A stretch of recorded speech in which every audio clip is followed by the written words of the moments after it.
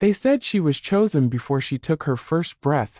In the quiet, sacred town of Oke-Ife, where the wind carried prayers and even silence seemed to hum with spirit, Morounfolu was born beneath the sign of destiny. The oracle had whispered her fate before her mother ever held her. The daughter of the village Babalawo, she was to be a servant of Ifa, not in name, in soul. From childhood, Morounfolu was kept apart. While other children played in red earth and sang songs under moonlight, she was taught to still her tongue, to silence her joy, to listen for things no one else could hear. Cowries fell like rain into sacred trays, and she learned to read what they whispered. Her life was a promise made on her behalf. She was to remain pure, untouched by desire or dream. Her heart was not hers to give. But what the gods claim doesn't always stop the heart from wanting. Adefemi came into her life like a whisper, soft, unassuming, but unforgettable.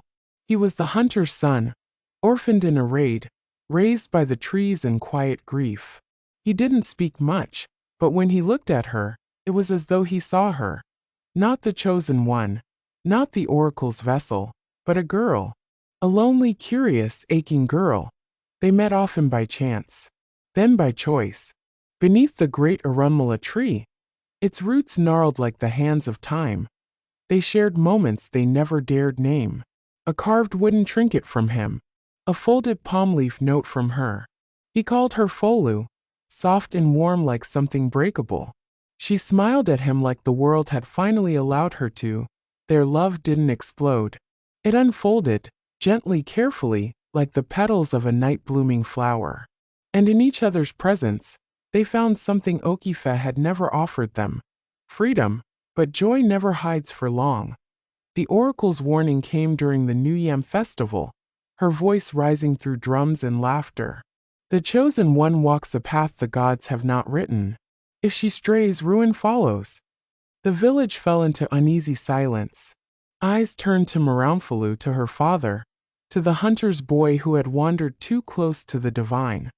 When the truth of their love came to light, it was not met with questions, only condemnation. Her father wept, not out of hatred but fear. Fear that the gods would punish them all.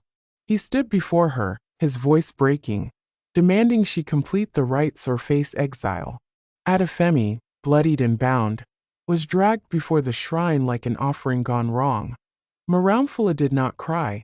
She looked at the people who had raised her, taught her, revered her, and then abandoned her the moment her heart no longer fit their rules. She raised her voice, not in anger but in trembling truth. If Ifa is truth, she said, then why must I lie to belong? And with that, she turned away from the gods who wouldn't bend, and chose the boy who had only ever held her gently. They left Oke-Ife with nothing but each other. The forest, feared by most, welcomed them. There they built a home from wood and wonder. She learned to speak to the plants, to soothe wounds, to mix roots into medicine. He hunted with quiet skill, carved with reverence, and protected her like the sacred thing she was. In exile, they laughed for the first time. They made mistakes. They fought. They made love beneath trees older than memory. They lived, not perfectly, but honestly. And then, Oke-Ife began to rot. A strange illness swept through the town. The Babalawos cast their cowries, but the gods gave no answer. The oracle screamed, but heard only echoes. The people trembled, and remembered the girl they had sent away, the one who once listened when no one else could. She returned, not with pride, but with grace. Her steps were slow, her eyes steady. She carried healing in her hands, strength in her silence. She touched the sick, sang prayers into water, and whispered truths into the ears of the dying. She saved them, and not through ritual, but through love, through understanding, through pain. When they knelt before her, asking forgiveness, she did not curse them. She simply said, "The gods never left you. You just stopped listening."